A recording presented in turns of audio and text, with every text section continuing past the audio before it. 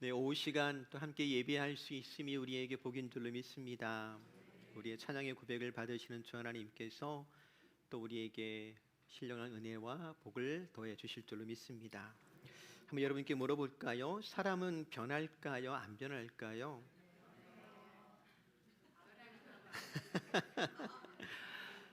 변한다는 의견이 더 많은 것 같아요.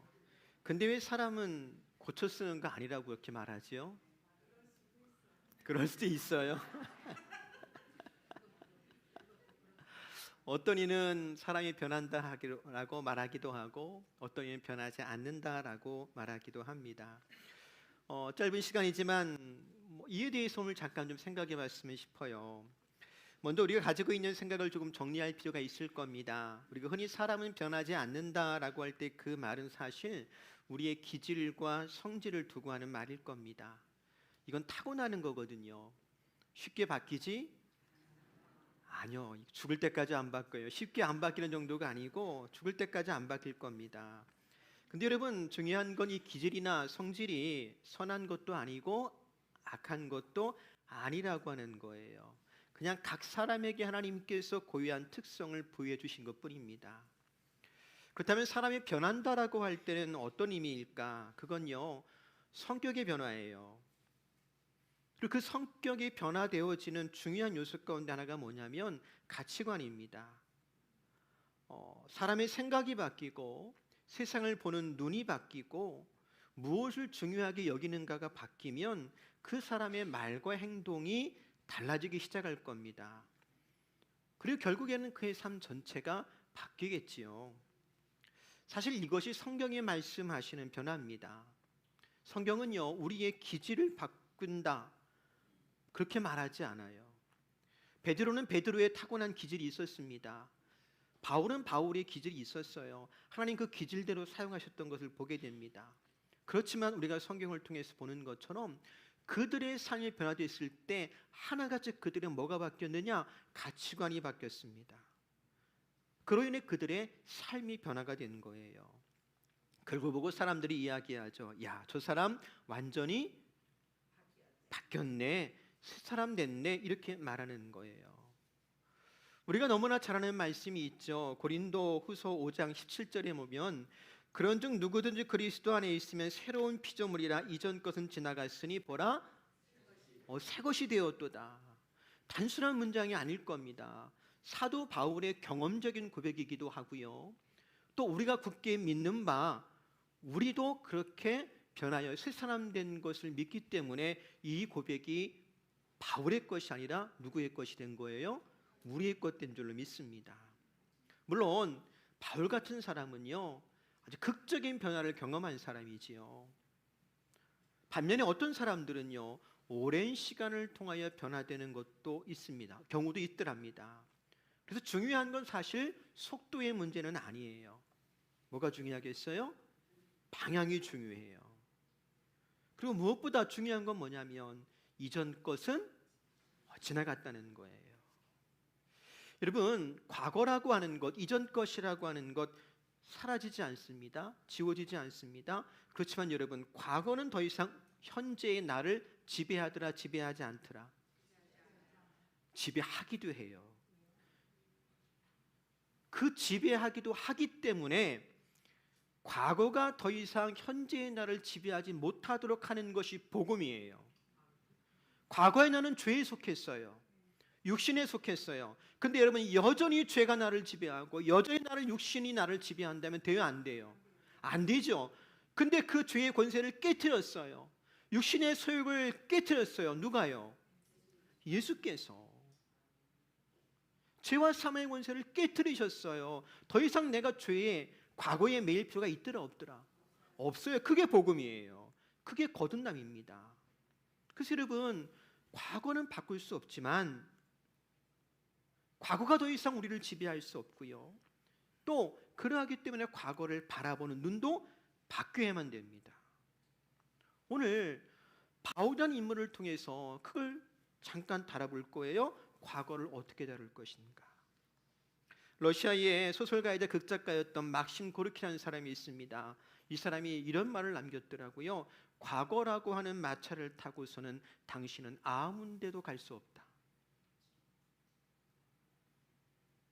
극작가다운 말이죠. 과거라는 마차를 타고서는 아무 데도 갈 수가 없다는 거예요.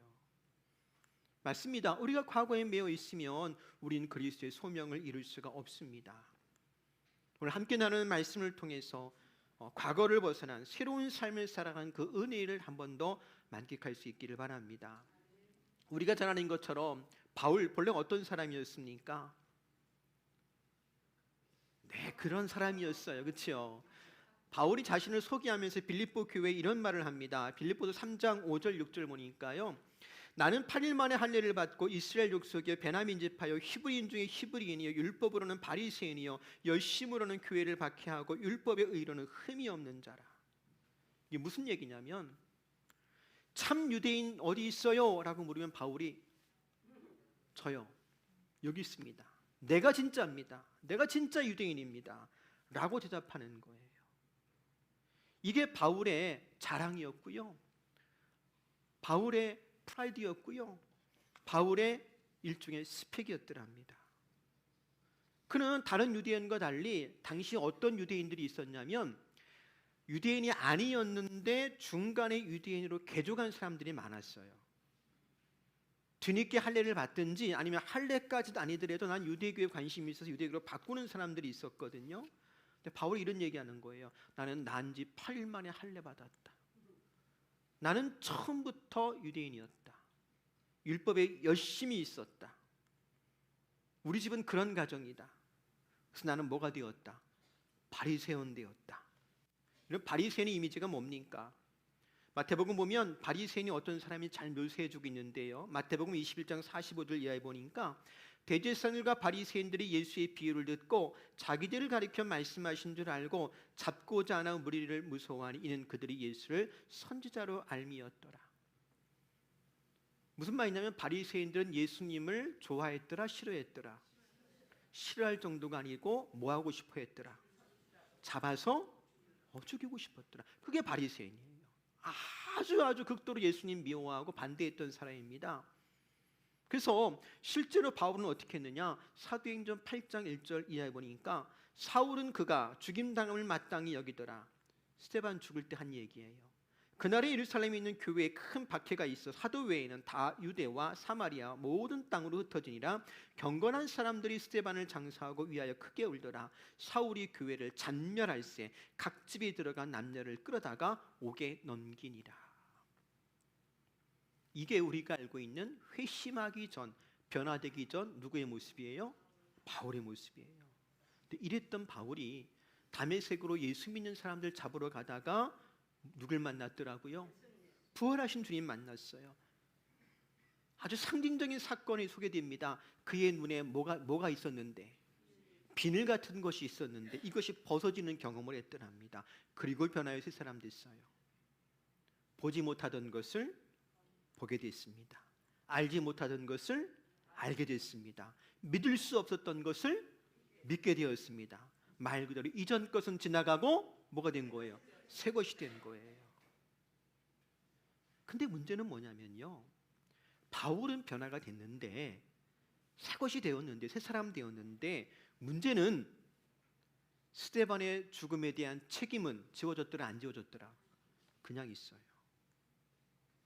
수많은 지하들을 잡아다가 옥에 가두며 교회를 잔멸하려고 했던 바울의 행적이 싹 지워지고 사라졌더라 남아있더라?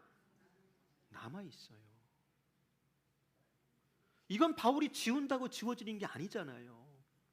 오죽했으면 바울이 3일 동안 눈이 안 보일 때에 그 다메섹에 있는 아나니아라고 하는 제자에게 주님께서 말씀하시지요.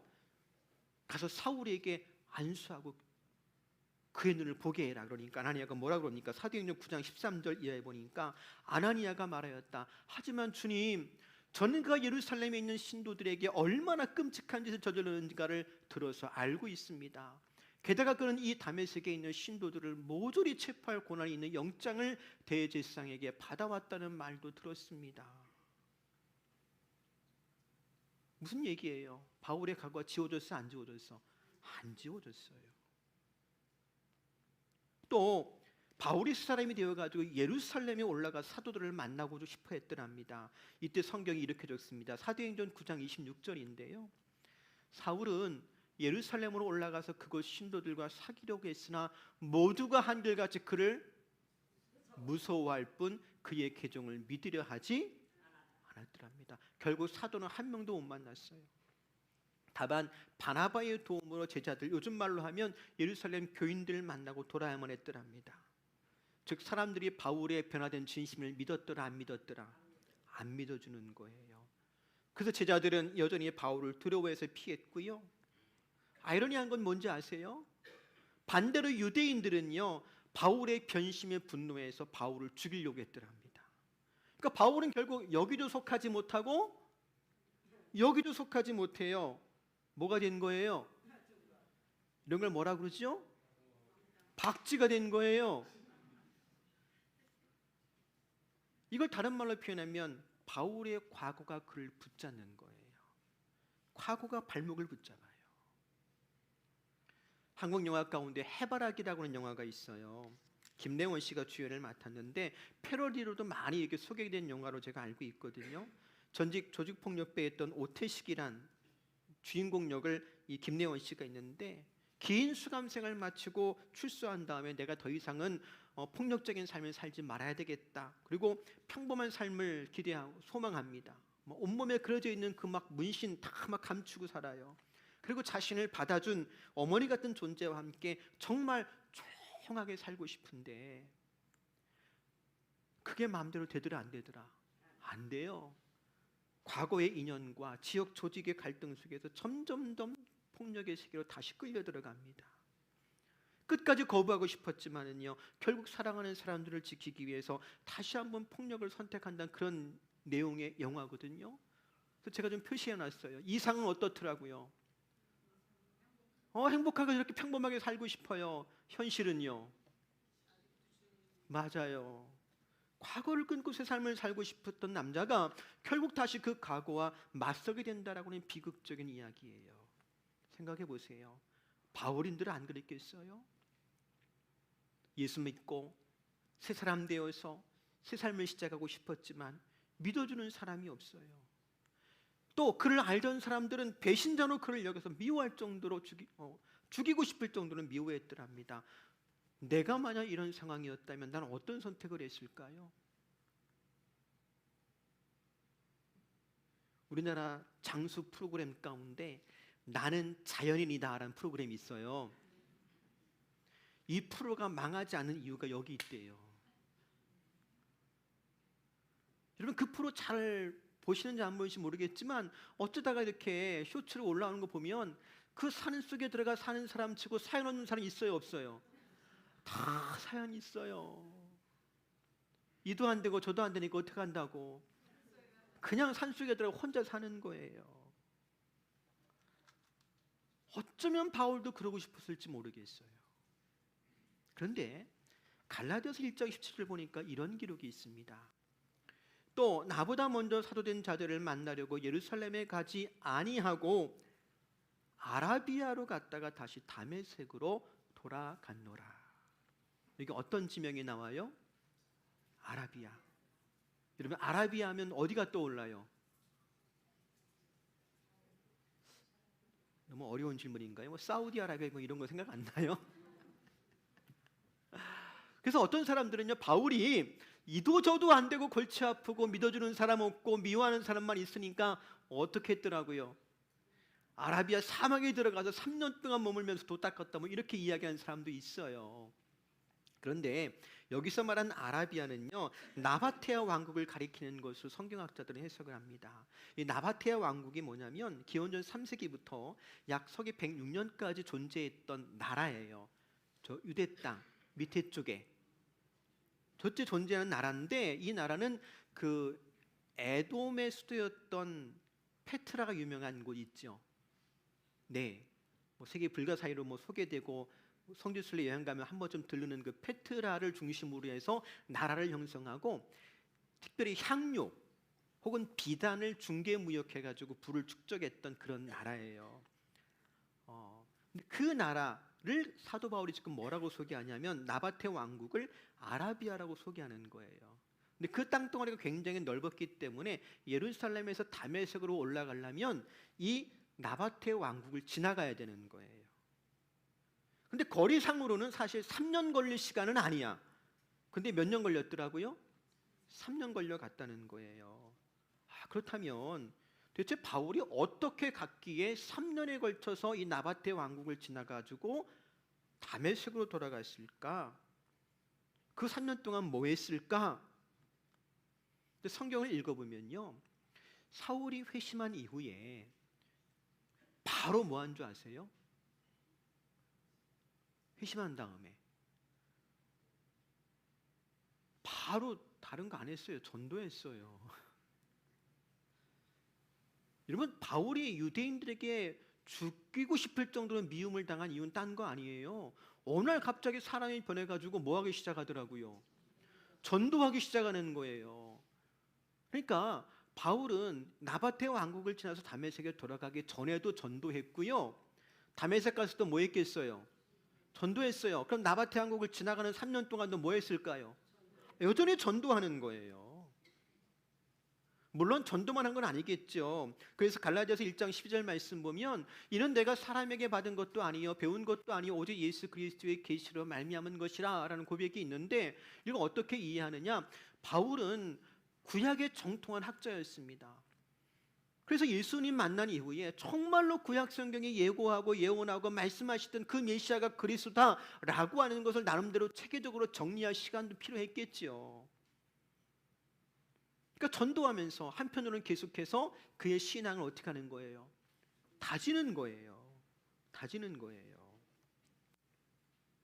그래서 여러분, 바울은요, 사람들이 자기를 두려워하든 혹은 믿어두지 않든 혹은 나를 미워하든 중단 없이 어떤 삶을 살고 있었더라고요? 변하여 새 사람 되어서 그리스도의 복음을 전하는 삶을 중단 없이 하고 있었더라는 거예요.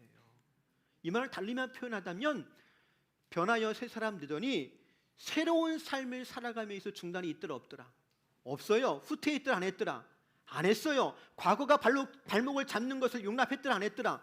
안 했더랍니다. 그럼 어떻게 그렇게 살 수 있었을까? 첫째요, 바울은요 자신의 과거를 직면했더랍니다. 그리고 기억의 지배에서 벗어나는 거예요. 심리학에서 이런 표현이 있습니다. 미해결 과제. 이게 뭐냐면 과거의 상처나 죄책감을 제대로 처리하지 못하면 그 계속해서 현재의 감정과 행동을 간섭하고 조종하는 거예요. 이런 걸 가리켜서 미해결 과제라고 합니다. 이걸 우리가 흔히 어떻게 쓰냐면 트라우마 뭐 이런 말 써요. 속담으로 좀 표현한다면 자라보고 놀란 가슴 소뚜껑 보고 놀라는 거예요. 이게 미해결 과제예요. 물론 이게 해결이 안 되니까 보통 사람은 어떻게 하냐면 이걸 막 눌러요. 과거의 아픈 기억들, 떠올리고 싶지 않은 것들을 눌러요. 어디로 눌러버리냐? 무의식 저쪽으로 막 밀어내버려요. 근데 무의식이라고 하는 것은 끊임없이 정말로 무의식적으로 내 감정을, 내 행동을 지배하는 게 무의식이거든요. 본인은 그렇게 회피하고 싶지만 어느새 그것이 나의 의식세계를 지배하더라는 거죠. 근데 바울은요 이걸 억지로 밀어내지 않아요. 부정하지도 않아요. 그래서 고린도전서 15장 9절에 보면 이런 고백을 합니다. 나는 모든 사도 중에서 가장 보잘것없는 자입니다. 나는 하나님의 교회를 박해하던 인물이니 사도라 불릴 자격이 없습니다. 더 나아가 나는 죄인 중에 괴수입니다 라는 말도 해요. 이게 무슨 의미냐면 바울은 마치 일제강점기 때 일제에 부역하던 사람이 해방과 더불어서 반공을 외치며 미 군정에 참여해가지고 자신의 신분을 세탁하던 어떤 사람 같지 않더라는 거예요. 자기의 과거의 행적을 숨기거나 혹은 어쩔 수 없다라고 변명하지도 않아요. 아니면 아무런 반성도 사과도 미안함도 없이 뻔뻔함으로 일관한 것도 아닙니다. 말 그대로 직면하는 거예요. 맞아요. 나는 정말 죄인 중에 괴수예요.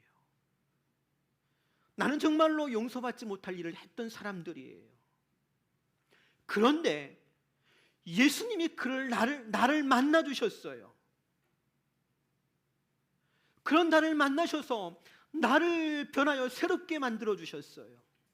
보지 못하던 걸 보게 하셨고요, 알지 못하던 걸 알게 하셨고요, 내가 깨닫지 못한 걸 깨닫게 해주셨어요.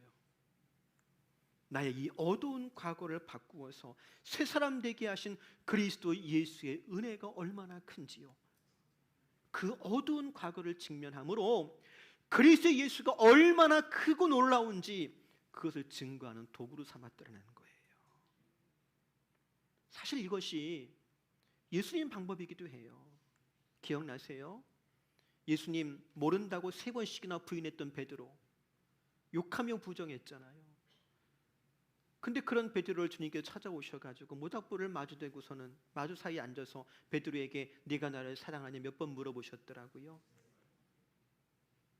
뭘 떠올리고 기억나게 만드는 장면입니까? 그 밤에 모닥불 옆에서 나는 예수 모른다고 욕하며 저주했던 베드로의 그 부끄러운 과거를 떠올리게 만드는 일들이잖아요. 무슨 얘기냐면 예수님께서 그 베드로의 부끄러운 감추고 싶은 과거를 직면하게 만드시는 거예요. 그리고 그에게 말씀하십니다. 그래도 나 사랑하지? 내 양을 먹여라. 다시 시작하게 만드시는 거예요. 사랑하는 성도 여러분, 과거를 치유하는 성경적인 방법은요, 망각이 아니에요. 재해석이에요. 나 같은 죄인을 주님께서 만나주셔서 나를 변하여 새롭게 하시니 이것이 주님의 은혜입니다. 세계 2차 대전 때 나치 수용소에서 죽지 않고 살아남았던 빅터 프랭클린이라는 이름 한 번쯤 들어보셨을 거예요. 그가 수용소에서 아주 끔찍한 기억을 갖고 있었음에도 불구하고 로고테라피라고 하는 또 심리학적 도구로 자기의 어떤 심리학적 이론을 개발하고 발전시킵니다. 이게 무슨 의미냐면 고통 자체는 어떻게 없앨 수 없지만 그 고통에다 의미를 부여하는 거예요. 그래서 그 수용소의 그 비극적인 상황을 견디는 거예요. 그 고통과 아픔이 나를 파괴하게 만들도록 허용하지 않는 거예요. 바울도 마찬가지입니다. 우리도 마찬가지예요. 과거의 아픔과 기억과 상처가 나를 파괴하는 독이 되도록 여러분 허용하지 마십시오. 도리어 그럼에도 불구하고 나를 사랑하시고 나와 함께 하시고 내게 은혜를 공급하셔서 내 삶을 새롭게 만드시는 그리스도의 은혜를 드러내는 걸음으로 직면할 수 있기를 바랍니다. 과거에 나는 실패했고 넘어졌고 죄 많았지만 지금 그리스도 예수 때문에 나는 이렇게 살아갑니다. 이것이 바로 은혜 안에 새롭게 된 저와 여러분의 삶의 내용이 되어야 할 줄로 믿습니다. 두 번째로 빌립보서 3장 13절 보면 바울이 이런 고백을 해요. 형제들아, 나는 아직 내가 잡은 줄로 여기지 아니하고 오직 한 일, 즉 뒤에 있는 것은 잊어버리고 앞에 있는 것을 잡으려고 한다. 뒤에 있는 것 잊어버렸다는 뜻이 여러분, 이 기억 속에서 사라졌다는 뜻이 아니에요. 앞에서 말한 것처럼 과거의 그 아픈 기억들이 현재의 나를 지배하도록 허용하지 않는다는 의미입니다. 일종의 의지적인 선택이에요. 이걸 가리켜서 심리학 용어로는 인지적 재구조화 이렇게 표현합니다. 아마 저나 여러분 다 경험이 있을 거예요. 종종 과거의 실수나 아니 반대로 과거에 내가 너무 잘 나갔어요. 근데 그것 때문에 현재의 에너지를 소비하는 거예요. 언젠가 한번 이야기한 것 같은데 사고의 반추라고 제가 이야기했죠. 그 같은 생각을 곱씹어요. 밤새 곱씹어요.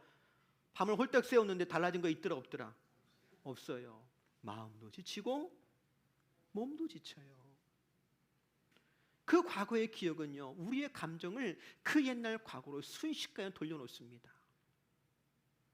제가요 학회 나가서 논문 발표했던 기억이 있어요.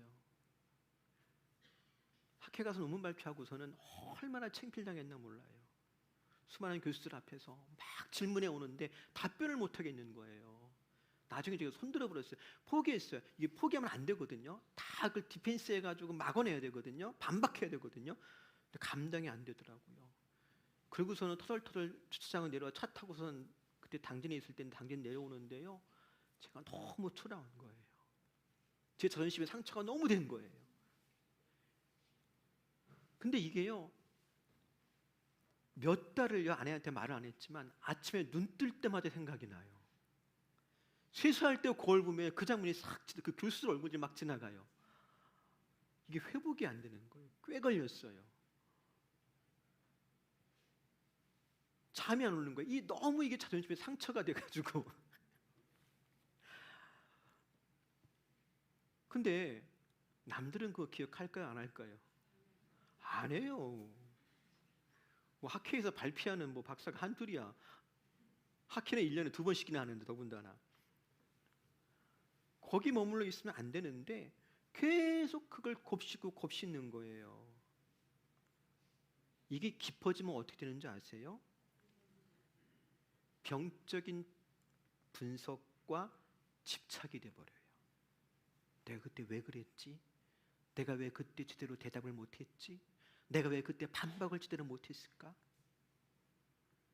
병적인 분석이 되고요, 계속 거기에 집착을 하는 거예요. 바울도 충분히 그럴 수 있겠죠. 근데 여러분, 바울은요 그렇게 과거에 머물러 있는 것 대신에 지금 그리스도 예수께서 나에게 주신 소명에 집중했더랍니다. 그게 뭐냐면 앞에 있는 것을 잡으려는 거예요. 아까 얘기했죠. 바울이 회심한 다음부터 즉시로 뭐 했다고요? 전도했다고요. 오늘도 마찬가지예요. 아프고 불행한 기억을 억지로 떨칠 수는 없어요. 물론 어떤 사람처럼 과거의 죄와 허물을 마치 엎질러진 물이니까 하고 일말의 반성도 없이 뻔뻔하게 살라는 그런 의미는 아닙니다. 그렇지만 과거의 기억과 과거의 상처가, 실패가 현재의 나를 조종하지 만들게는 하지 말아야 됩니다. 그를 위해서 필요한 게 있어요. 표대예요. 빌립보서 3장 14절입니다. 같이 읽어볼까요? 표대를 향하여 그리스도 예수 안에서 하나님이 위해서 부르신 부름의 상을 위하여 달려가노라. 이런 표대를 바라보는 사람은 뒤를 돌아볼 여유가 있어요, 없어요? 없어요. 앞에 것 바라봐야 되는 거예요. 지나간 것에 자꾸 집중하지 말고요, 앞에 있는 걸 바라봐야 돼요. 그래서 과거의 사슬을 끊는 가장 좋은 방법, 가장 강력한 힘은 뭐냐? 미래의 더 큰 가치를 발견하는 거예요. 바울이 과거를 뒤로할 수 있었던 것은요, 그리스도 예수 안에 있었고요, 예수께 붙잡힌 바 되었고요, 예수께서 그에게 보여주신 표대를 바라볼 수 있었기 때문에 그렇습니다. 나중에 말하죠. 나에겐 하늘의 상이 있다. 나에겐 면류관이 예비되어 있다. 그것이 바로 저와 여러분의 또한 고백될 수 있기를 바랍니다. 예수를 나의 구주 삼고라는 찬송을 만든 페니 크로스비라고 하는 유명한 찬송 작가 아시죠? 그림에 나와 있는 것처럼 이 사람은 앞이 안 보여요. 태어난 지 6주 만에 의사의 실수로 다 실명하고 말았어요. 평생 어두운 가운데 살아야 됐더랍니다. 그런 그녀의 과거는요, 원망의 대상이 될 수 있었을 거예요. 근데 그녀가 이런 고백을 했습니다. 만약 내가 시력을 가졌다면 다른 세상 것들의 한눈을 팔았을 텐데 보지 못했기 때문에 누구에게도 집중할 수 있었더라고요? 하나님께 집중할 수 있었더라. 과거의 비극에 사로잡히는 것 대신에 그리스도 예수께 붙잡힌 바 되어져서 표대를 바라보는 거예요. 우리 구주 예수 그리스도께 집중하는 거예요. 그랬더니 8,000편이 넘는 찬송시를 쓰는 삶을 살았더랍니다. 미래지향적인 삶, 현재의 고통을 이겨내는 동력이 되는 거예요. 그래서 사랑하는 성도 여러분, 우리의 삶을 자꾸 가로막는 어두운 과거에 자꾸 먹이를 주지 마십시오. 과거의 쓴뿌리를 묵상하는 것 대신에 나를 위하여서 십자가에서 생명을 내어주신 그리스도와 더불어 그분의 부활을 묵상할 수 있기를 바랍니다. 나의 나된 것은 나의 과거 때문이 아니에요. 그리스도의 예수의 은혜 때문인 줄로 믿습니다. 그 은혜가 나를 과거에 집착하지 않게 하고 미래로 전진하게 만드는 거예요. 고린도전서 15장 10절 말씀 같이 읽어볼까요? 그러나 내가 나된 것은 하나님의 은혜로 된 것이니 내게 주신 그의 은혜가 헛되지 아니하여 내가 모든 사도보다 더 많이 수고하였으나 내가 한 것이 아니요 오직 나와 함께 하신 하나님의 은혜로라. 마지막으로요, 바울이 과거에 발목 잡히지 않고 그리스도 예수 안에서 새롭게 태어난 이후에 그리스도의 사도로 살아갈 수 있었던 가장 중요한 요소 하나를 소개합니다. 그것이 뭐냐면 교회를 통해 주신 은혜예요. 여러분, 그리스도의 은혜가 그를 강권했습니다. 그래서 아나니아처럼 두려움 가운데서도 주의 말씀에 순종하여 그를 찾아와 기도해 준 사람이 있었고요, 아무도 바울을 가까이 하려고 하지 않을 때 바나바는 바울을 보증하여서 예루살렘 교회에 소개해 주었더랍니다. 심지어 바울 때문에 사랑하는 가족을 잃는 아주 깊은 상처를 입었던 예루살렘 교회 지자들은 그런 바울을 용서하고 우리 중 한 사람으로 받아주었더랍니다. 다시 말하면 교회가 바울이 과거에서 벗어나 새 삶을 살아갈 수 있도록 도와주었더라는 거예요. 여러분, 비록 앞에서 이야기한 것처럼 바울이 과거를 직면해서 인지적 재구조화를 했고 또 표대를 향해 나아가는 미래지향적인 삶을 결단했더라도 만약 교회가 그를 용서하지 않았고 제자들이 그를 수용해주고 용납해주지 않았더라면 우리가 아는 위대한 사도 바울은 존재할 수가 없었을 겁니다. 그래서 바울이 바울 된 건요, 교회를 통해서 그리스도 예수의 충만한 은혜가 그를 덮었기 때문인 줄 믿습니다. 그래서 생각해 봅니다. 여러분, 교회는 사람들의 모임이고요, 교회는 그리스도의 제자 삼는 곳입니다. 그리고 교회가, 즉 저와 여러분, 어떤 한 사람의 과거에 발목 잡혀서 다시 일어서지 못하는 일이 없도록 용서하고 용납하고 사랑으로 보듬을 수 있어야만 합니다. 어떻게 해요? 그게 성령의 역사예요. 그게 성령의 역사예요. 사람의 힘과 의지만으로는 할 수 없지만 그게 성령의 역사예요. 우리 교회가 그와 같은 성령의 역사가 충만하기를 바랍니다. 어떤 한 사람이 그리스도 예수의 강건하신 은혜로 말미암아 과거를 청산하고 그리스도 안에서 새 사람이 될 수 있는 믿음이 우리 안에 충만할 수 있기를 바랍니다. 그리고 그런 믿음과 소망과 사랑이 가득한 교회를 만들어가는 저와 여러분 될 수 있기를 바랍니다. 보세요, 우리 가운데 허물없고 실수 없는 사람이 있어요, 없어요? 없어요. 부끄럽고 떠올리기 싫고 절대로 반복하고 싶지 않은 과거 한두 개, 서너 개 많아요.